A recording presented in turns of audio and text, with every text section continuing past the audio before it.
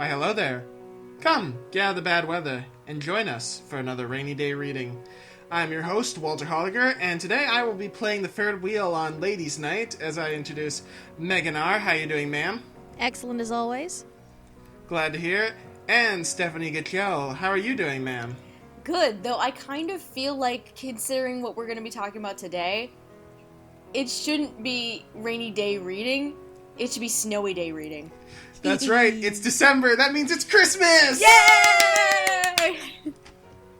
Yeah, so you gave me shit over calling October Halloween, but December's Christmas.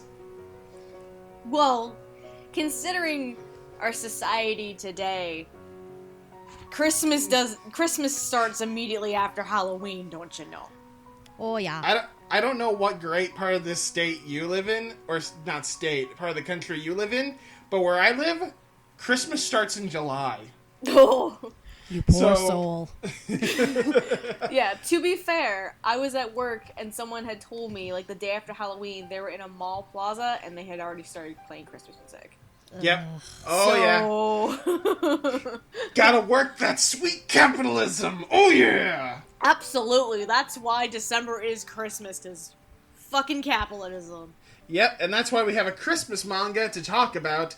We're going to talk about the manga Sweet Rains. Yay! A manga where a girl bumps into a guy and it turns out the guy's actually a reindeer and that she's a Santa Claus. As you do. Ain't that just the most dandy plot line ever? Yes. On paper, it's a little odd. In execution, it's adorable. Yes. Indeed. But, before we get into that, ladies, as you know, I must ask, and since apparently you have something, and I don't know what yet, Stephanie, I'm gonna have you go first, so, what are you reading? Question mark? Well, I'm not exactly reading anything, mostly because I work 10-hour days, 5 days a week. I'm just busy. But I do have a manga-related story. So my birthday was early last month, and out of nowhere, a friend of mine that I hadn't talked to in a while, he got in touch with me and asked me for my address. I'm like, why? I want to send you a birthday present. I'm like, okay. So I gave him my address and he sent something to me. What that something ended up being was the first 5 volumes of the Hellsing manga. Nice. He was trying to sell off some old things, because I don't know, I guess he needed the money or something. He was trying to sell off a bunch of old things, including some manga. But he just decided, here, have the first 5 volumes. I know you read them before. You borrowed them from me. And I know you like it, so here. I'm like, oh, that's cool. So I at least now have half of the Hellsing series now, which is awesome. Very awesome. Yeah, that is great. I really liked Hellsing. It's a good series, though the original anime we're not going to talk about. No. No. Hellsing Ultimate? Absolutely. Yes. But not the original TV show. Okay, so I've got Gantz, I've got Black Butler Season 2, I've got the original Hellsing manga. Oh, God. Hellsing the fact TV, that not the manga. Yeah. Oh, right. The Hellsing Hellsing TV. Hellsing TV. I think it was 2001 which it came out. 2002 God. or 2003, I think. But it was early 2000s. Oh, yeah. Yeah. Man, when I get to pick something again for Heavy Storms, the fact that I've watched literally nothing is going to be such a benefit. Oh, You're dear. gonna have such an experience. It's gonna be great. Yeah. Oh, yeah. But that does sound very cool. I actually read, if I can keep this going a bit, I actually read Hellsing and Trigun back to back. I think this was last year. And I remember Hellsing being such a... I remember thinking both series were very similar, but they were also kind of polar opposites, because whereas I think Hellsing had much better pacing, I feel like Trigun, the manga, or at least Trigun Maximum, the pacing in that series was slow as molasses, whereas Hellsing always kept it going. Even if something took a while to actually start, it never felt like it was moving slowly. It just felt like it was moving along how it was supposed to. Well, But in you also got to argue that Hellsing is very, very much more action heavy compared to Trigun. All Right. things considered. It's a giant celebration of violence, whereas Trigun, its ultimate message is against violence. Right. So in terms of that, it kind of explains the pacing a little bit. And also, funny story, the person who gave me the Hellsing manga, the first 5 volumes, he also has Trigun Maximum, and I've been trying to see maybe if I can buy it off of him lately. I haven't talked to him recently about it, because I need to be paid, but it's funny that you bring up Trigun. I don't know why, but I've always associated Hellgun and Hellsing and Trice. Hellgun and Trising. This is a thing now. Hellgun sounds like a comic from Image Comics, like 1993. Let's throw Yasuhiro Natao in there, and I know he'll make that a thing. Because he did do comedy shit with Blah Blah K Battlefront, so let's go. Now. Now that I get a chance to think about what I was gonna say is not nearly as important, so let's just leave it on the fact I made everyone laugh and move on to Megan. Yeah, you made an oopsie. yeah, I made an oopsie. Humiliated in front of 2 of the 3 women of the site. Yeah, that sounds like my life. Megan, what have you been reading? Well, anyway, so I've been busy reading a lot of things because, of course, on my other site, it's the end of the year review extravaganza. Woohoo! End of the year! Yay! Yeah, party like it's 1999! No! And while the best series I read all year is still Ancient Magus' Bride, which everybody should be reading and buying, another interesting one is this nice little one-shot manga called The Angel of El Hamburg by Aki. And I was aware of Aki because 2 or 3 years ago, around actually the same time of year, I reviewed another work of hers called Olympos, which is about the Greek gods. The story was kind of slight, but the artwork was really pretty. So I was excited I actually to see have this. that. Yay! I have that. I've read it. It is wonderful. Yes, it is. And Angel of El Hamburg is even stronger. You said Greek gods. You said Greek gods in Olympus. You caught my attention. So anyway, the Angel of El Hamburg is about a knight and a young king of an unspecified kingdom. And they're friends at first, but they have a falling out due to the relationship between the king, the knight, and his queen, because the king is very congenial, but dumb as a brick. And he's kind of dependent upon the knight to do things for him, including woo his own wife. But that also starts this germ of jealousy that kind of breaks apart the friendship. And then to try to save things, the knight just kind of bows out and retires to the country. But he's forced to come back years later when the king, who now has a son, a mostly grown son, basically that jealousy is grown to the point where it's not only threatening to tear apart their family, but also the kingdom as a whole. So again, the artwork of anything is only better. Like in Olympos, it was very wispy and pretty, but here it's a little more solid. But story-wise, I think it is far, far stronger. I mean, there's a lot of interesting themes and undercurrents going on in it, and while it's kind of vague on the details, emotionally it is very, very strong. And it is still ridiculously gorgeous. Even the covers. I mean, I'm looking at it right now just on Google search. I mean, Yen Press went all out with this. Good on them. Oh, Yen Press has it? Yes. They also put out Olympos. Oh, good to know. What was the name of it? that was one of the better manga I read. The Angel of El Hamburg. Okay. So yeah. Well, now you've got my attention, so I'm trying to look up the cover, but apparently that doesn't want to work for me. So. Yeah, you said emotional stories, and I'm just sitting here. I'm like, because I just recently finished watching Anohana. So I finished Anohana, as in like I watched the last 2 episodes yesterday after work, and let's just say I was glad I had just recently bought a box of tissues. I bawled like a baby. Before this recording, you were talking about how you watched it on the bus. Yup. And how vision of that is... I was trying to watch, because since I have work and I don't have a car, like, I take the bus, and most of my anime watching I do, like, on the bus to and from work and during my lunch hour.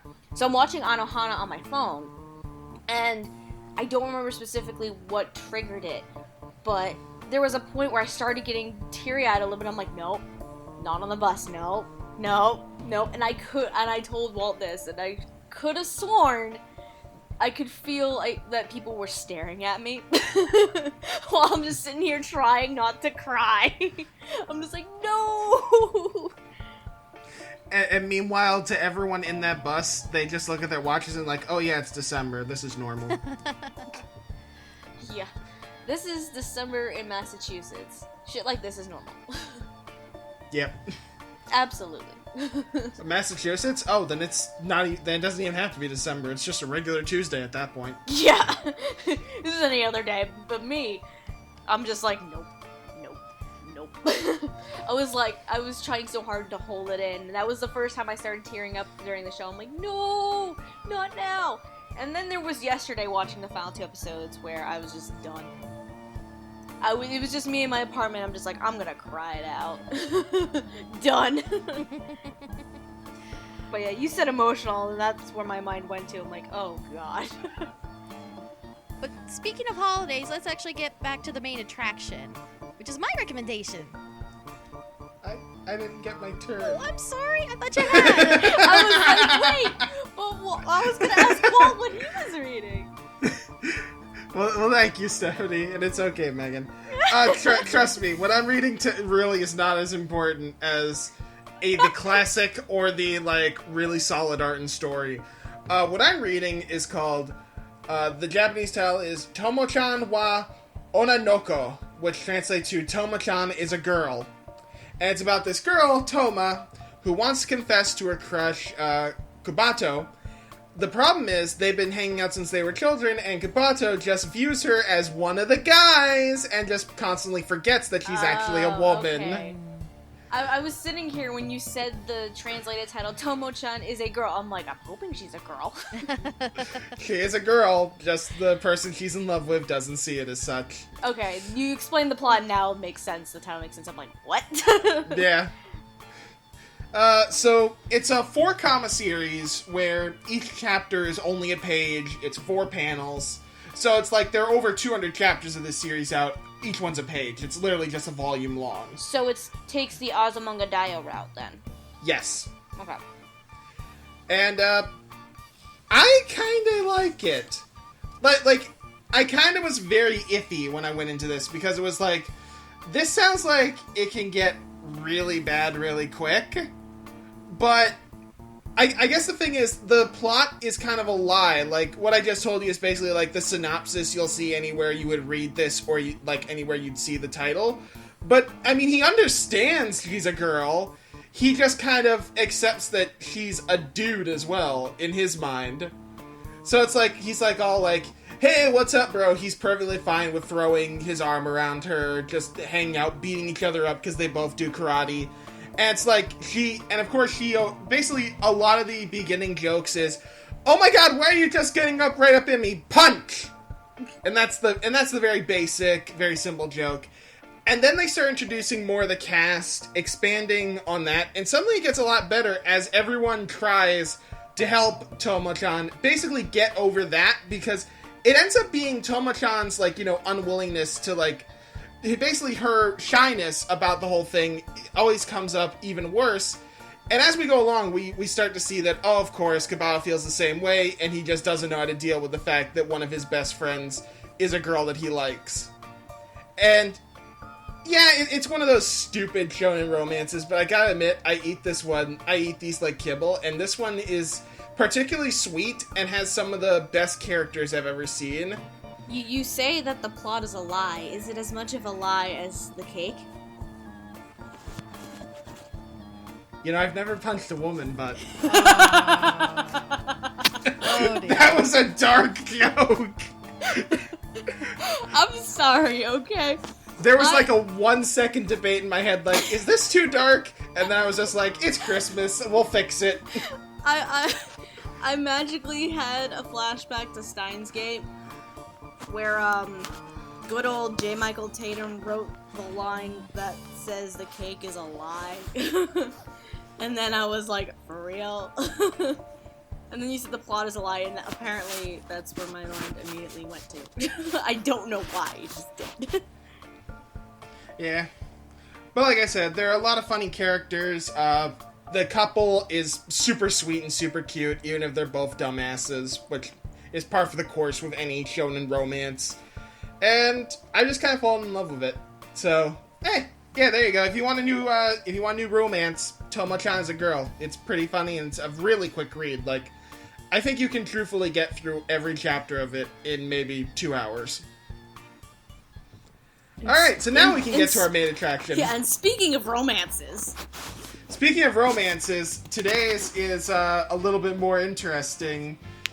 And not just in the way of personalities. No, this is very physically interesting as well.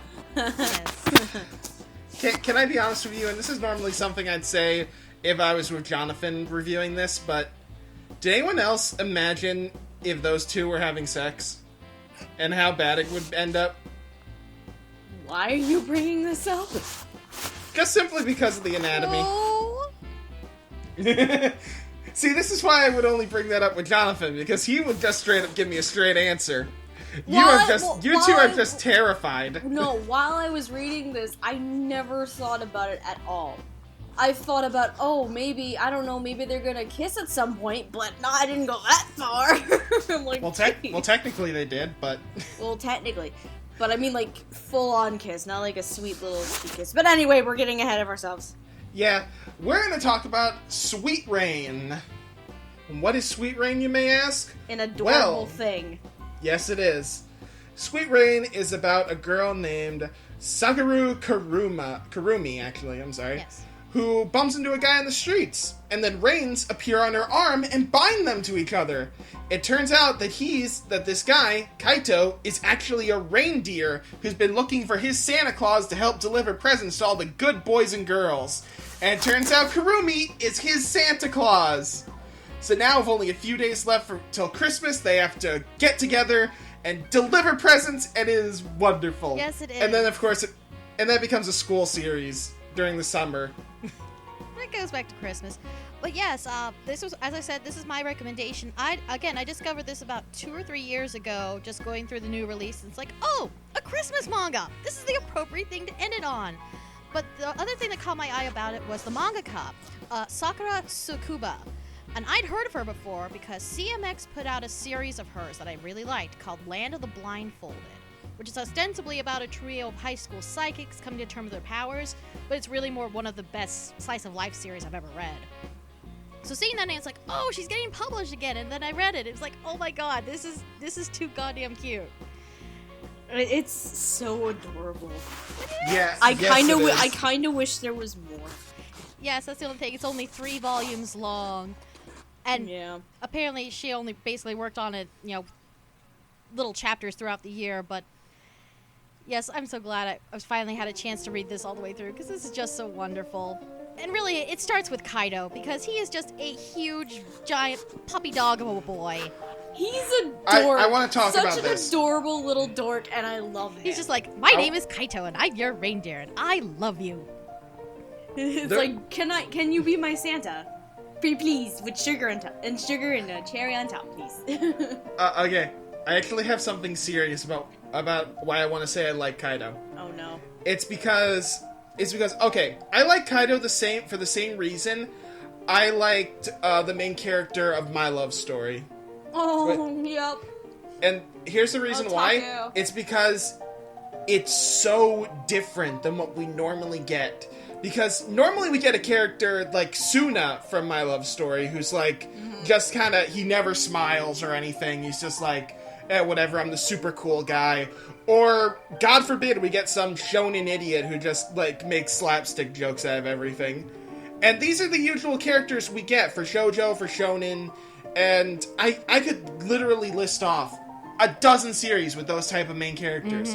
And it was so refreshing to read this series, and the first time we see our lead guy, he still has that air of coolness, that air of suaveness, but then he's a fucking puppy dog. He's so happy. He's almost never not smiling in this series. Yep, the second the reins appear, connecting the two, he goes from being instant, like, cool and everything like that, to, like, most adorable little dork I have ever seen. Yes. It is so cute. And you're right, it is refreshing, because, like, those kinds of characters, like Takeo from Love Story and Kaito here, you typically see them as secondary characters. Yeah. You know what?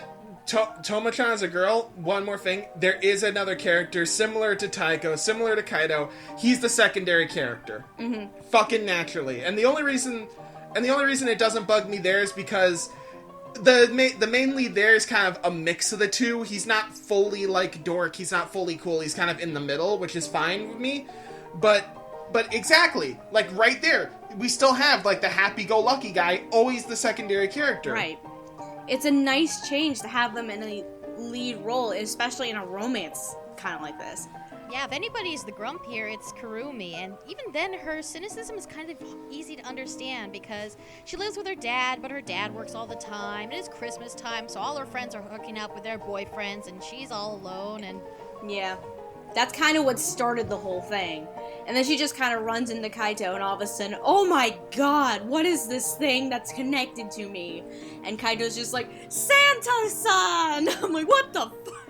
Santa-sama! I'm like, whoa! This went weird really quickly, but it's so adorable and how it does it. Yeah.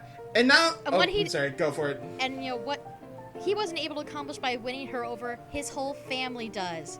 Because he comes from a long line of reindeers, and his whole family is behind us, and they're just so happy that Kaito finally found his Santa. Mm-hmm. They're just so wonderful and supportive, and it's just like it just adds to the warmth and fuzziness of this series. We should probably say that most of his family are, like, warm and fuzzy. There is the one reindeer that we meet later on, though. Rahito, his older brother. Rahito. Yeah. Who's kind of just like, I don't want to be a damn slave to some person. No. Here's the thing. Here's what I realized.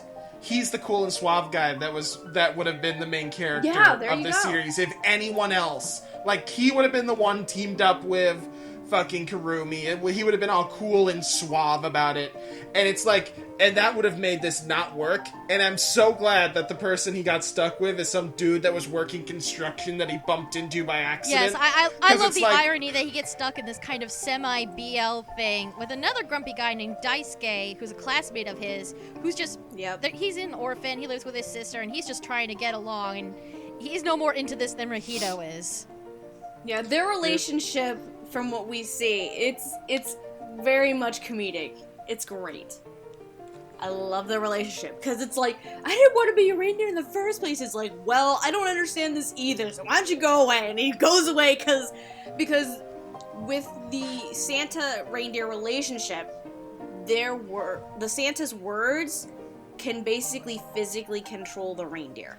They're law, and they're forced to obey that law no matter what. So, like, for instance, if you give the order of, like, come or something like that, poof, they appear.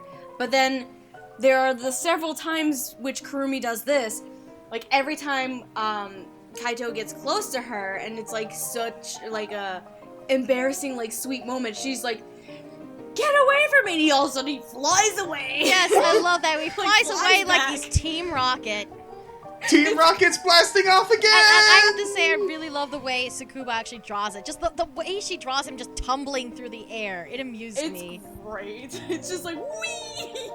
But he can't go as far because he's still connected by the rain. Well, sure, but they also made a point for some reason to... Well, not exactly for some reason. There's a legitimate point to this. To say that the rain is basically elastic of sort. Yeah. Yeah. So it does kind of extend and stretch out. So it's not like the two of them are together constantly. When I was reading the first chapter, this has nothing to do with anything, but when I was reading the first chapter, they were talking about the rules of the rains, and one thing they didn't specify was, the one thing they didn't specify was people can still feel it if they touch it, even though they can't see it. So then I had a thought, like, what if Kaito and Kurumi were just across town from each other, and it was stretched over, like, a street, and a car just, like, hit it, and then bounced back? Oh my god. Like, slapstick style? And I'm like, wow, this thing could destroy the world.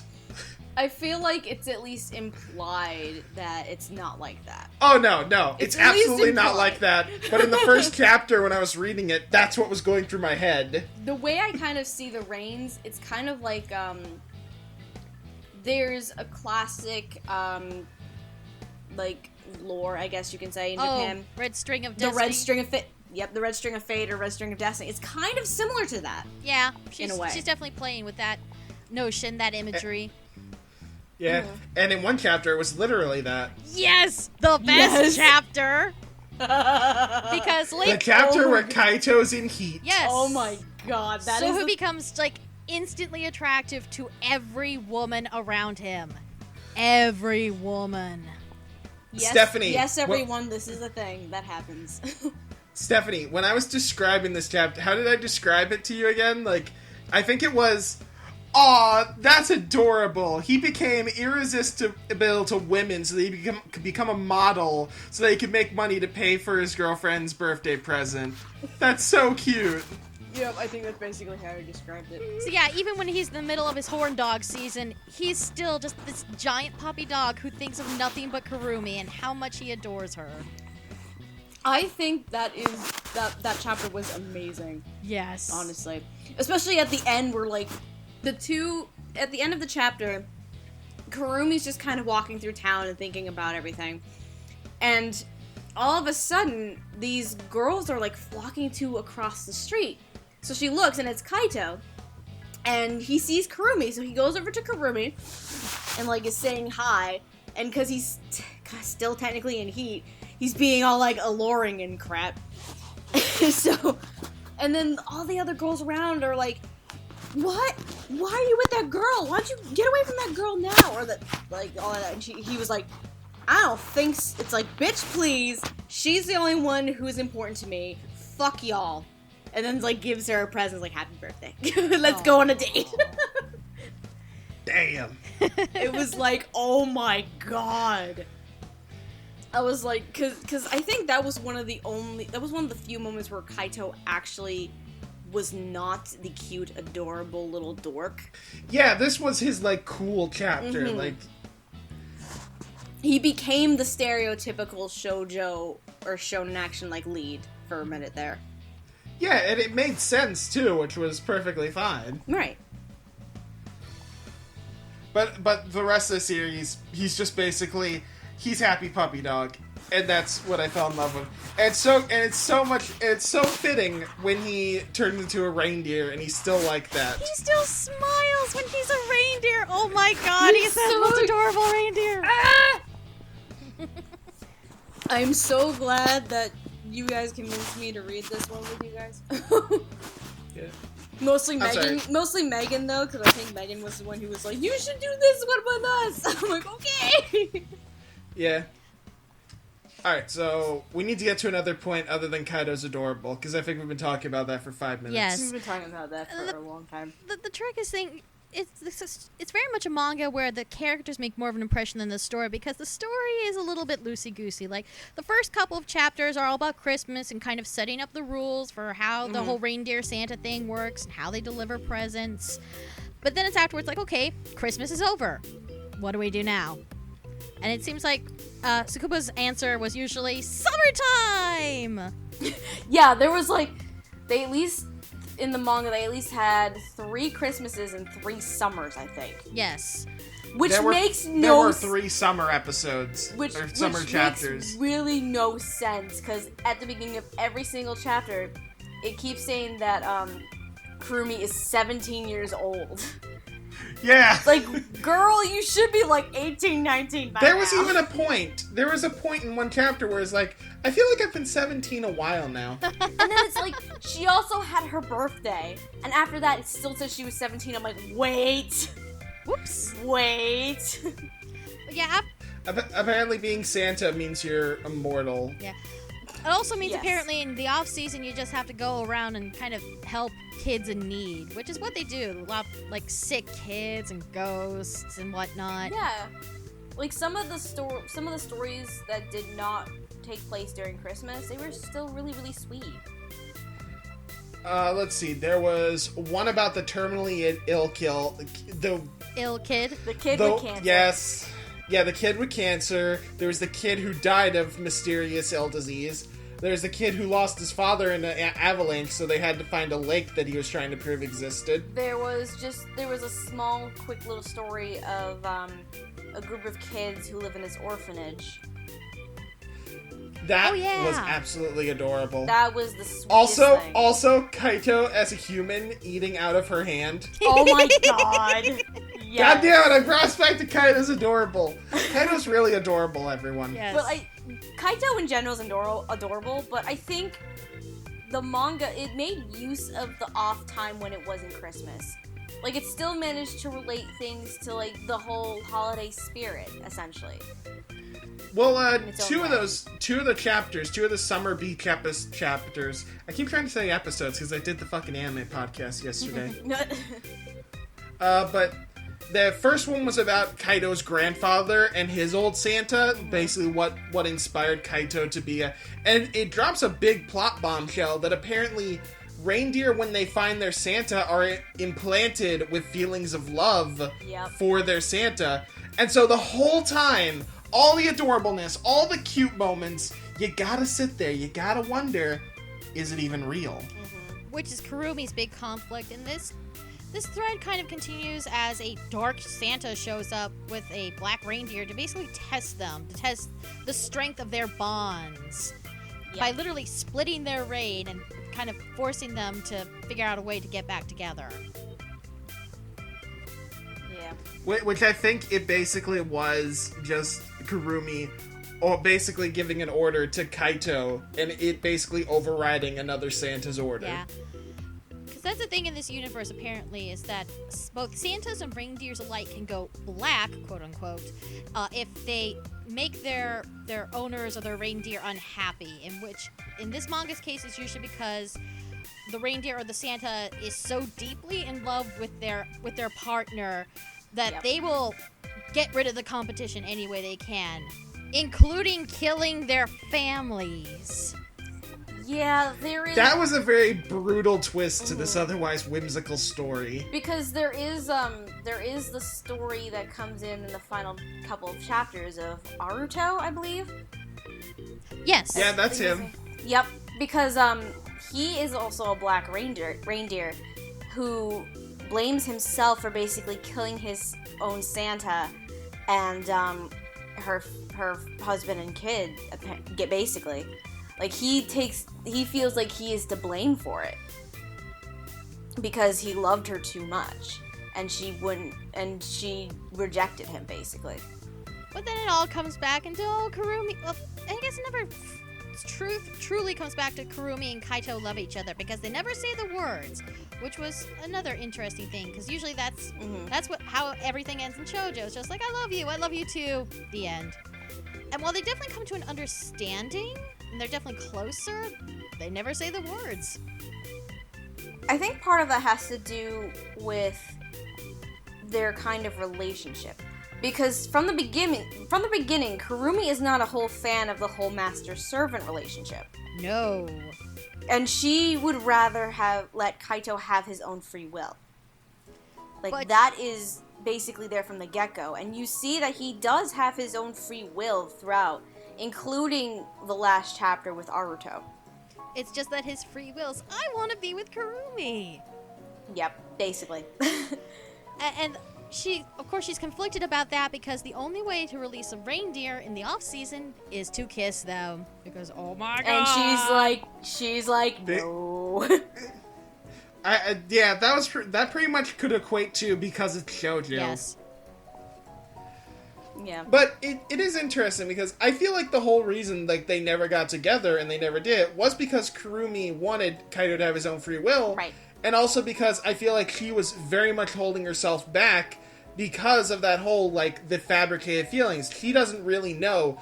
She gets that Kaito wants to be a reindeer and is happy he found his Santa, but she doesn't know if the feelings he has beyond that are fabricated or real. And I feel like the way the series went, there's no real way to tell if they were, because even when we met the black reindeers who went too far with their love and kind of had their reins severed, the one black reindeer we met has had multiple masters. Mm-hmm. It really seems like, based on seeing them, that they never let go of that love. So it seems like a part of becoming black is they never let go of that love that they had for their original masters. Right. It's kind of implied there, yeah. Yeah. Well, it's more than But implied because the conclusion of Alto's story is that he basically finds forgiveness from his master in heaven, and he's basically dies. Okay, that is the one part of the manga where I kind of had to sit there and like, what the hell just happened? Yeah. That is the one part where I was like, what? Cause he's freaking out like, I'm the reason why she died, and Kurumi is like, but think about how your master probably felt. She probably really did love you. And then, like, with that realization, all of a sudden his Rein is, like, shooting to the sky because it's attached to his master in heaven again. And he basically descends into heaven, after she commands him to come to her. And I'm just sitting there, I'm like, what? I'm like, everything else made some semblance of sense. Even if it's a shoujo. Even with shoujo, by shoujo standards, it made sense. But that moment, I'm like, what? It's odd to say the least, I will admit, because, although to be fair, it wasn't uncommon, because we did have a chapter already with ghosts, so... I mean, is it really that weird that there's also heaven? We're talking about a ghost story, though, and comparing it to some guy ascending to heaven and basically dying. We're talking about two different animals here. Yes. At least with ghost stories, that kind of thing is stereotypical. It's natural for a ghost story like that. But the opposite hand, what happened to Aruto, it's like, what the hell? This is just weird. Yeah, it was an oddball to end this series on, I will agree. It really does feel like the author wanted to do more, but didn't get the chance to. Yeah, and that's a shame because there's not a lot of Christmas-themed manga out there, certainly not in the American market, but also because it's just so darn adorable. It's like, I could just read this for ages. Why can't this series stretch out for like 20-something volumes? I know. And in that last chapter also, it also kind of helped show that Kaito does have his own thoughts and free will, because there's a point where when Kurumi touches Aruto's reins, he's actually able to take her commands and fly and everything. So he asks Kurumi, like, hey, can I also be a reindeer? And Kaito's like, no. I don't want that. I want to be the only reindeer. Like, he speaks up about it and voices his opinion. So it kind of does show that he does have some free will. Mm-hmm. To an extent. And the others... But again, does that come from the fact that he's in love with her and it's just a feeling of jealousy from those fabricated feelings, or... That's the thing, it's heavily implied, but you never really know. Yeah, I guess that's a conversation that'll go in a circle and you'll never find an end. That's a conversation you can have for, like, hours. Yes. Yeah. And still end up back in square one. And the other disadvantage about it being so short is that, honestly, it's like, is there anything else for us to really cover at this point? Aside from artwork, not really. We really have covered everything at this point. Yeah, basically. I like the artwork. I thought it was really good. I like the artwork, too. All of the shoujo forever. Yes, it's just round and bubbly and lovely and expressive and Kaito. Yeah, it definitely takes on, like, typical shoujo style. And this is me coming from, like, I don't read manga a lot or often. Mm-hmm. So, but yeah, it's still very fluid and very expressive in reactions and what goes on. So yeah, absolutely. It's beautiful. That and the way she draws reindeer are just so freaking adorable. The reindeer's great. It's like a dog with hooves. Yes! And horns. I love it. Yes! Wonderful. It's like, oh my god, yay! It's so cute. But I also gotta say the relationships between the Santas and the reindeer are rather interesting. Because there's really two main relationships that we get the chance to see and focus on. Obviously, there's Kurumi and Kaito, and we all know how that relationship is at this point. But there's also, I'm gonna screw up names. Daisuke and Rahito, yep. Those two. Yeah. And it's interesting to see two different sides of the spectrum and the kind of relationships. Because the latter of the two, I don't know why, but for some reason it reminds me of Holic and Watanuki and Domaki, thank you. For some reason, that's where my mind went when looking at that's what I was saying earlier, that there's a touch of BL to their relationship and their, their reluctance. What?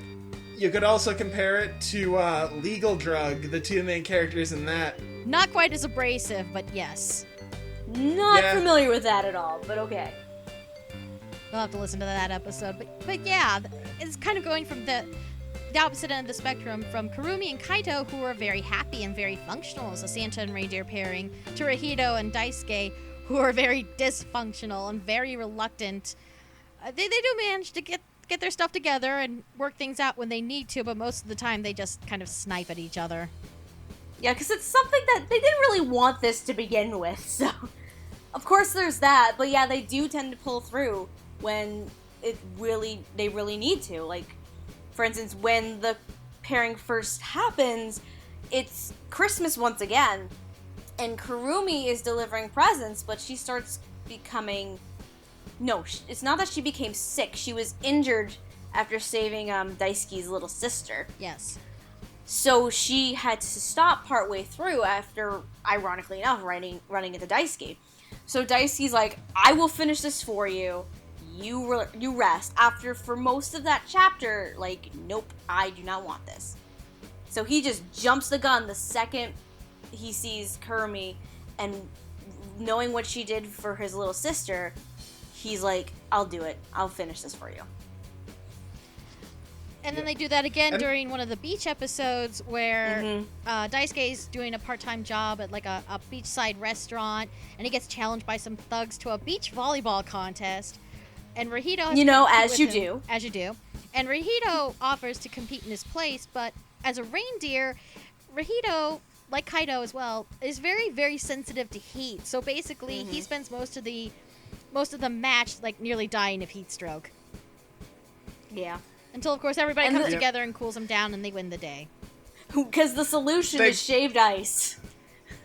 Thrown into the air like so it snow. falls like snow.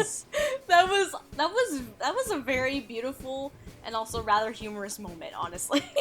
Because how it was drawn, it looked really, really pretty and really nice. I was like, it's snowing all of a sudden, and they said, and then here comes freaking Kaito with a bucket of ice. And he's like throwing it. I'm like, what the heck is going on? Which makes me think it wouldn't fall like that. It would like all clump together and just kind of hit the ground like blop blop. Yes, blop, but blop, blop. quiet here. This is shoujo logic.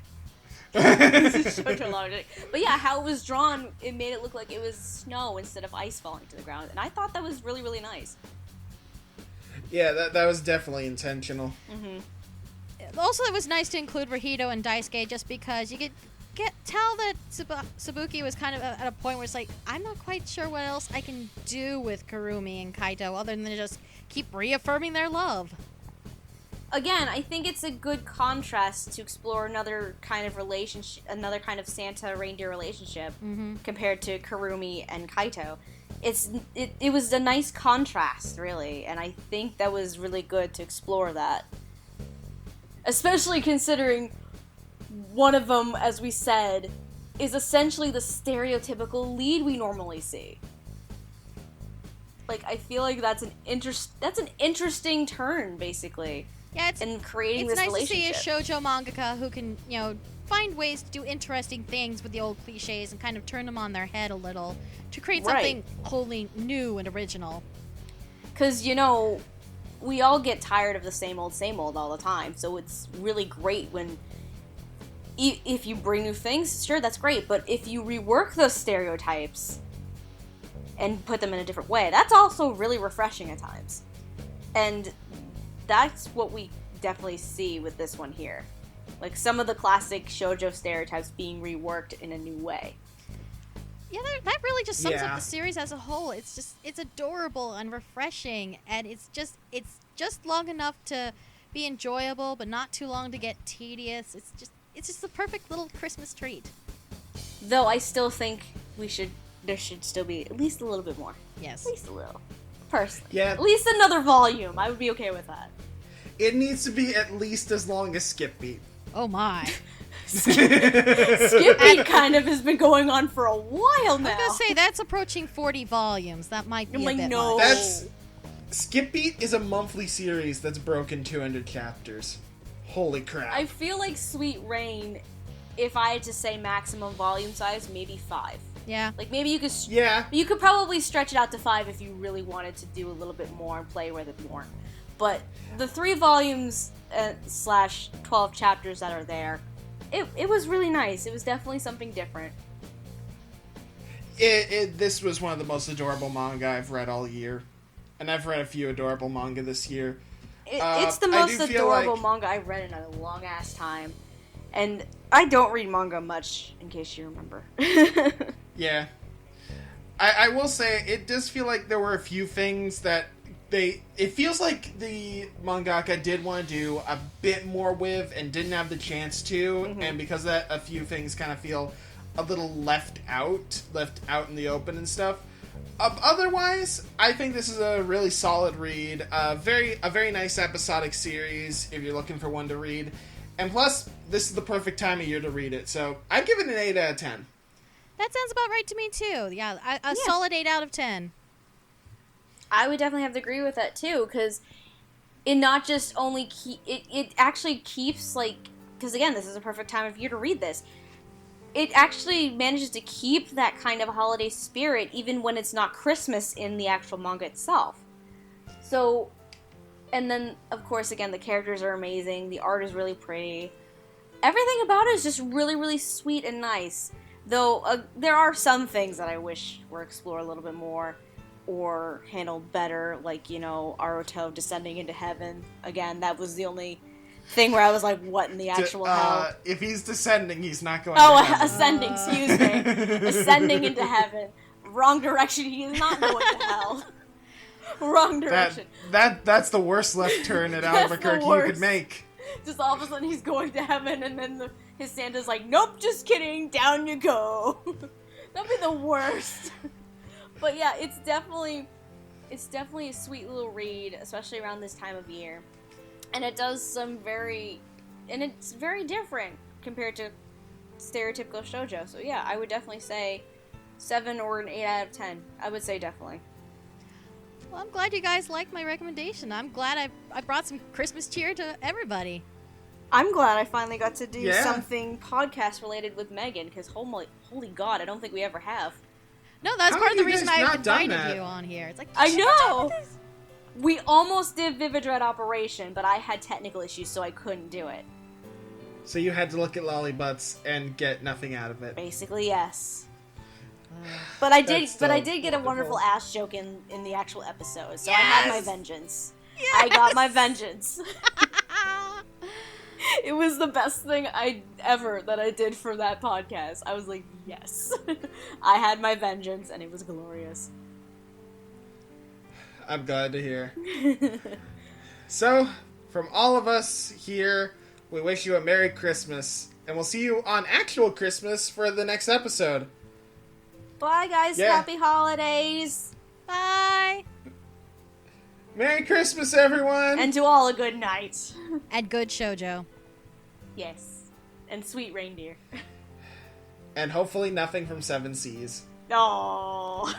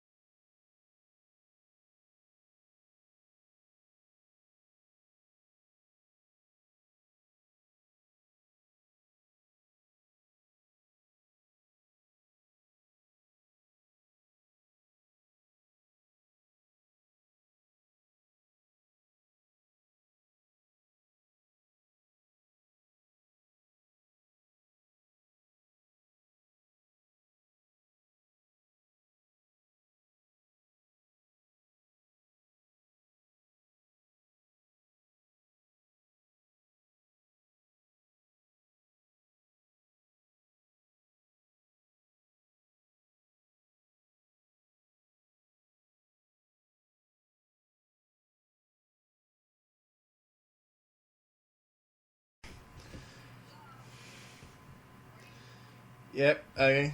You're recording, Stephanie? Alright, let's get everyone synced. Are we ready to clap? Alright, Megan clap. Stephanie clap. Okay, there you go. Who's still clapping? No one. You need What, I to heard clap. I don't need to clap. Do it anyway. There we go. Alright. Do it, you won't. Do what you want with my body. Do what you want. Do what you want. Where Okay. did that come from? Lady Gaga. Yeah, but still. You start singing and I'm like, what the hell? Well, I sing. No, you just started singing that song. I'm like, that came out of nowhere. I sing. It's literally all it is. I still have to say though, your rendition. I think it was your rendition of 1 week was the best thing ever. That was so wonderful. It was the best.